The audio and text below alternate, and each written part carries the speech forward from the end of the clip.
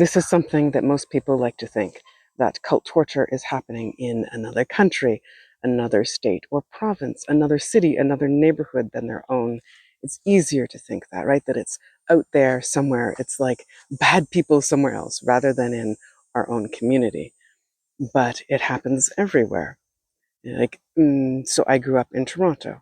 It happened, there were cult members and cult torture that happened in the neighborhood and in the church that my parents took us to, and also in the wider area of Toronto, and then throughout Ontario, and then throughout every place that my parents took me to and my brother to.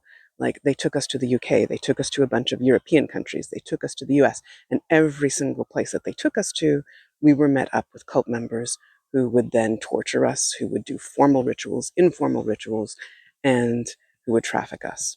Every single place that they took us to. And I've talked to so many survivors in so many countries, and we've been through the same or similar things, like eerily similar. And people like to think that like they would be able to spot abusers, but cult abusers are so good at blending in and at having a mask of respectability. Like my parents, my father taught Sunday school, my mother sang in the choir, my mother and father volunteered for things, and my mother baked cookies for like the school fairs and the church fairs, and they volunteered so many places. They knew the right things to say, mostly, to sound upstanding and respectable.